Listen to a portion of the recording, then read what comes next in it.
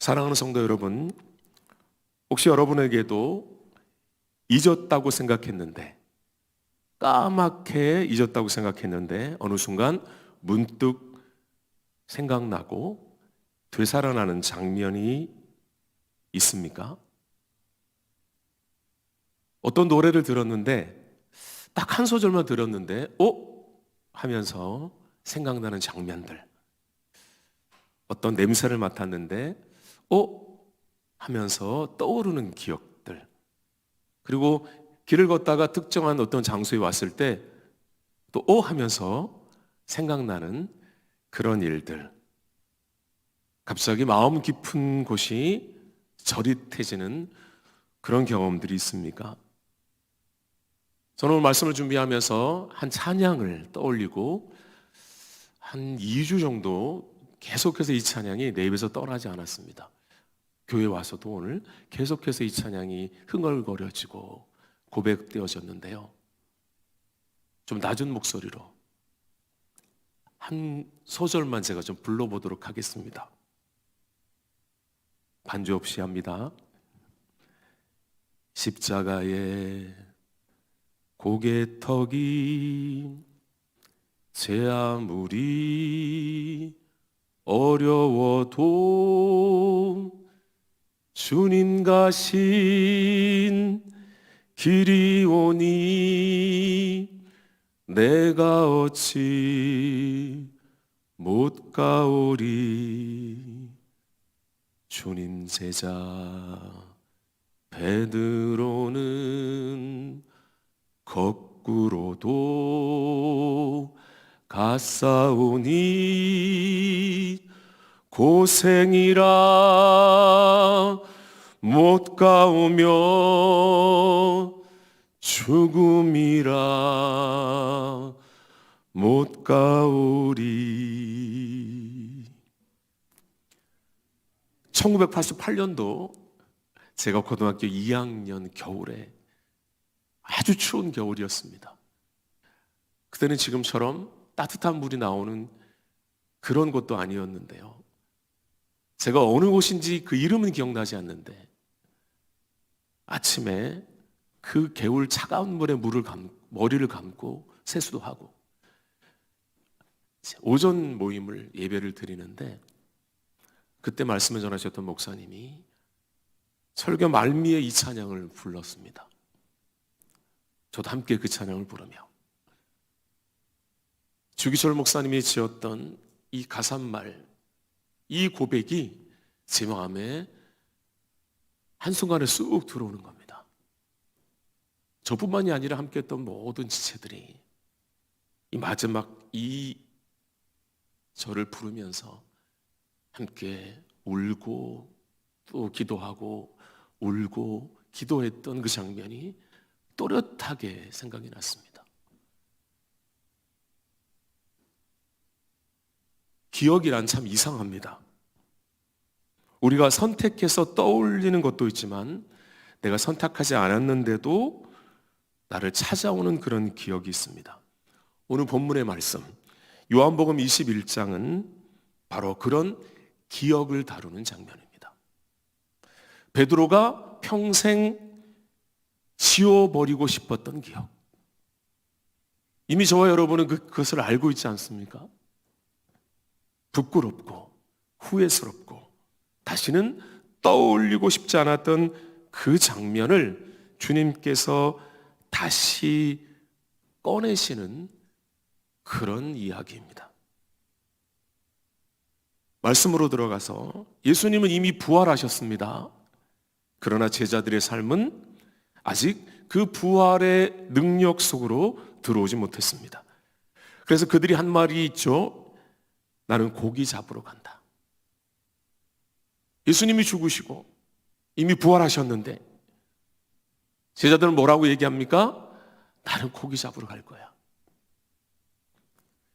단순히 직업을 선택한 것이 아닙니다.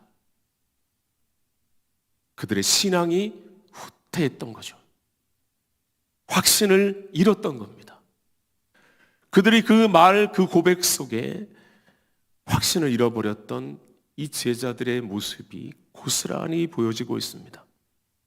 주님을 따르기 전에 삶으로 돌아가자. 그래, 좀 익숙한 거잖아, 그게.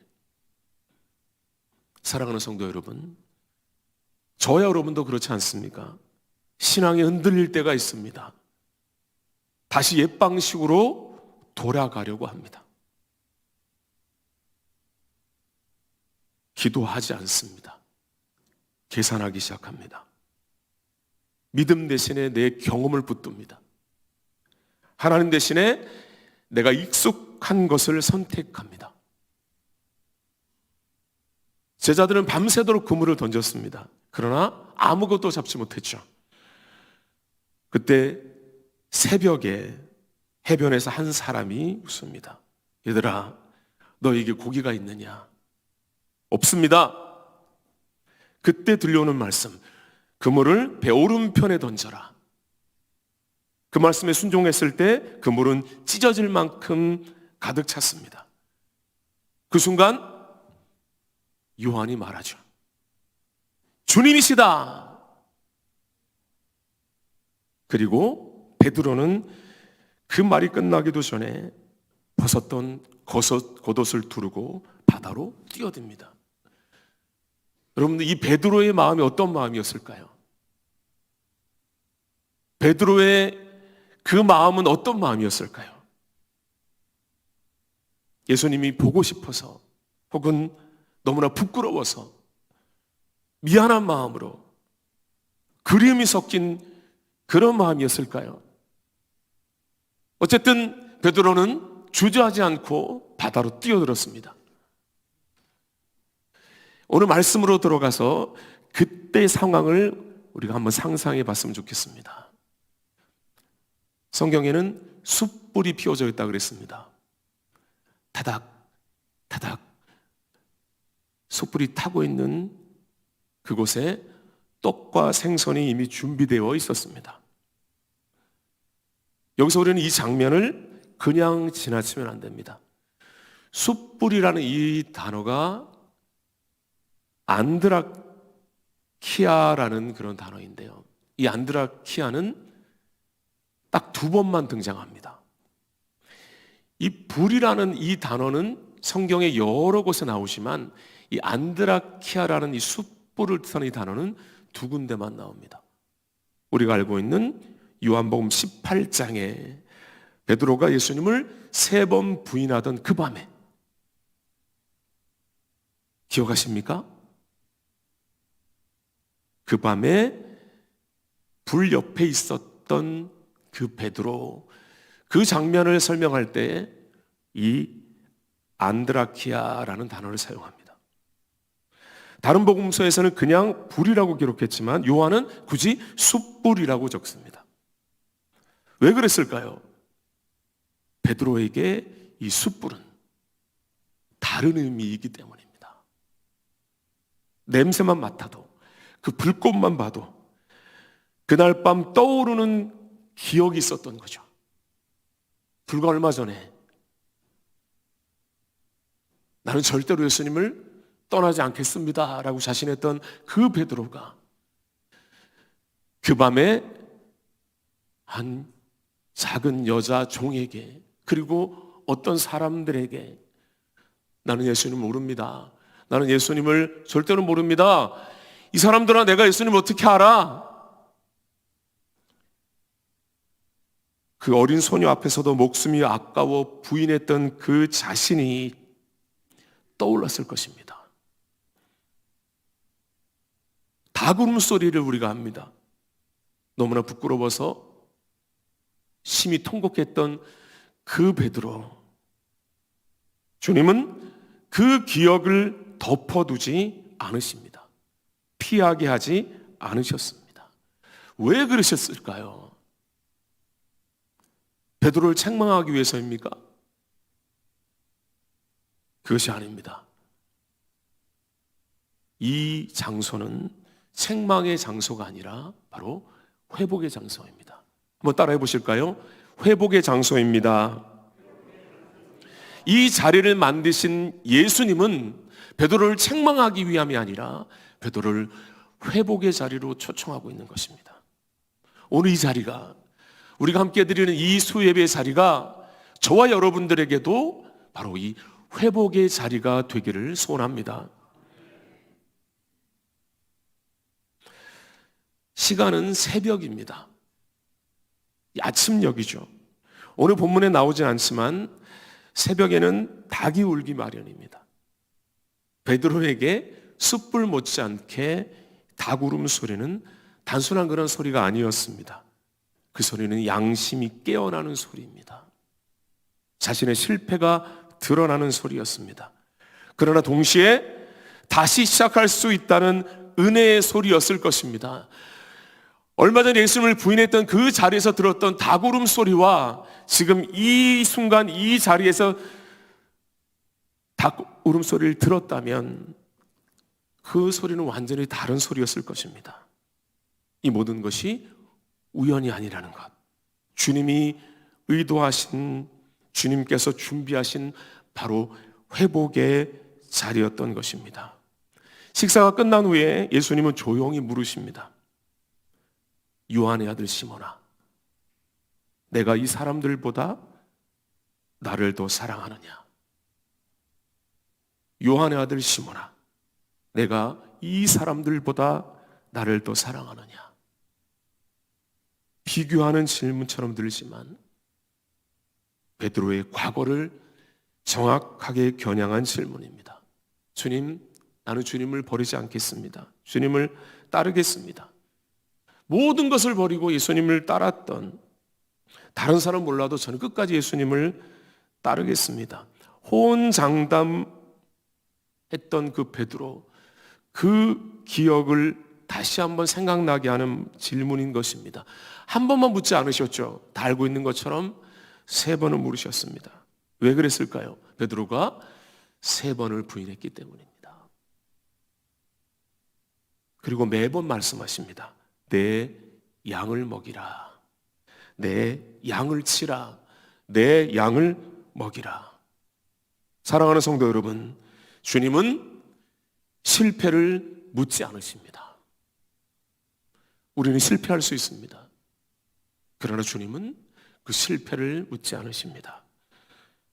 사랑을 묻고 그 사랑 위에 사명을 다시 얹어주십니다. 오늘 이 자리가 하나님 주신 사명이 다시 내 마음에 얹어지는 그런 은혜의 자리가 되기를 소원합니다. 베드로는 실패했습니다. 그러나 실패했기 때문에 버림받은 것은 아닙니다. 분명히 우리가 알아야 할 것은 우리도 똑같이 실패할 수 있다는 것입니다. 그러나 그 실패했기 때문에 우리는 버림받는 자들이 아니라 실패했기 때문에 더 깊은 사명을 받게 되어진다는 것입니다. 우리가 회개할 때, 다시 주님 앞에 설 때에 네가 나를 사랑하느냐? 네가 나를 사랑하느냐? 이 물음에 베드로처럼 정직하게 대답하게 되어지면 우리는 다시 회복되어지고 다시 주시는 그 사명이 내 마음에 다시 얹어지는 놀라운 은혜를 우리는 경험하게 될 것입니다. 사도행전에서 베드로는 완전히 달라집니다. 3,000명이 회개하는 놀라운 기적을 일으킵니다. 안진뱅이를 일으켰습니다. 관원 앞에서도 담대하게 말씀을 전했습니다. 도르가를 살렸습니다. 이방인 선교의 문을 열었습니다. 마지막에 십자가에 거꾸로 매달려 순교하기까지 이렇게 변화됐던 그 출발점은 베드로 개인의 결심이 아니라 바로 이 숯불 앞에서의 회복이었던 것입니다. 성도 여러분, 오늘 우리의 삶에도 숯불이 있습니다. 닭 울음소리가 있습니다. 잊고 싶은 과거가 있죠. 어쩌면 오늘 하루 일상 가운데도 잊고 싶은 그런 순간이 있었을지 모르겠습니다. 되돌릴 수 없는, 다시 담을 수 없는 그런 말들이 있습니다. 부끄럽게 선택했던 것도 있습니다. 하나님의 시선을 피하고 멀어졌던 신앙의 자리가 있습니다. 여러분들 말씀 가운데, 내가 찬양하는 가운데, 내가 기도하는 가운데 떠오르는 마음들이 있습니까? 양심의 찔림이 있습니까? 어떤 상황을 통해 하나님의 경고가 느껴집니까?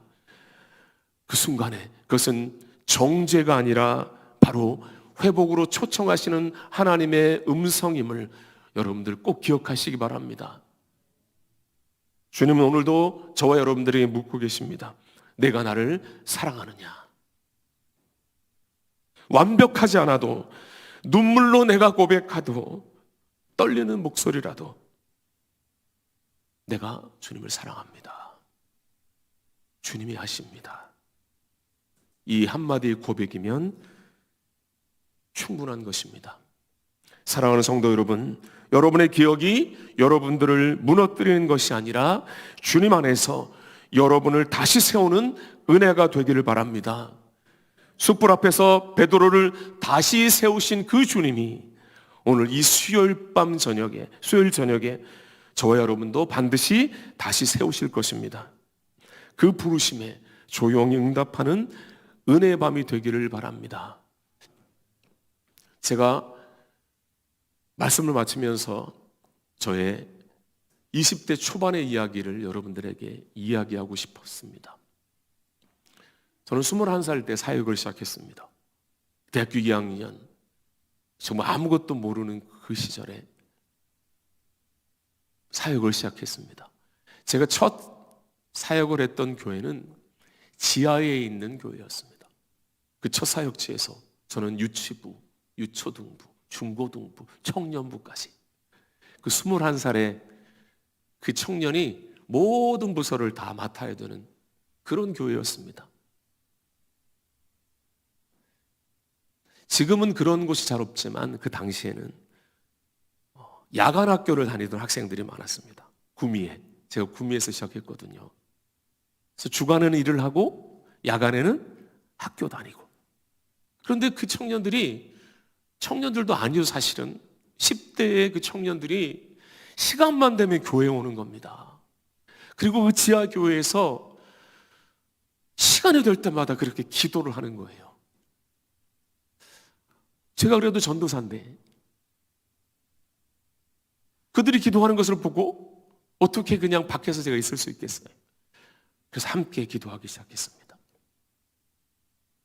저는 혼자지만 청년들은 여러 명이잖아요. 시간차가 있는 거예요. 그러니까 이 시간에도 오고 저 시간에도 오고 하니까 제가 그 자리를 떠나지 못하고 거의 교회에서 살다시피 했었습니다. 그 사역을 했던 그 첫 해에, 첫 번째 수련회, 그 여름 수련회, 그 밤을 저는 잊지 못합니다. 청년들이 둘러앉았는데 10대 청년부터 20대, 30대 청년까지 이렇게 둘러앉았습니다. 그리고 이 찬양을 부르는데 우리가 함께 부를 이 찬양, 갈릴리 호숫가에서 주님은 시몬에게 물으셨네. 사랑하는 시몬아, 넌 날 사랑하느냐? 오 주님, 당신만이 아십니다. 이 찬양 우리가 함께 부르는 그 순간 한 명씩 돌아가면서 이 찬양을 부르며 마지막에 한 사람씩 고백하는 그런 순간이 있었습니다. 주님은 승주에게 물으셨네. 사랑하는 승주야, 넌 날 사랑하느냐? 이렇게 쭉 돌아가면서 찬양을 부르고 답을 하고 고백하고 기도하는 그 순간에 이제 제 순서가 다가오는 겁니다. 저도 거기 앉아 있었으니까요. 모든 청년들이 함께 주님은 승주에게 물으셨네. 사랑하는 승주야, 넌 날 사랑하느냐? 제가 대답을 해야 되는데 오 주님, 오 주님 하는데 이어갈 수 없었습니다. 너무 부끄럽고 너무 미안하고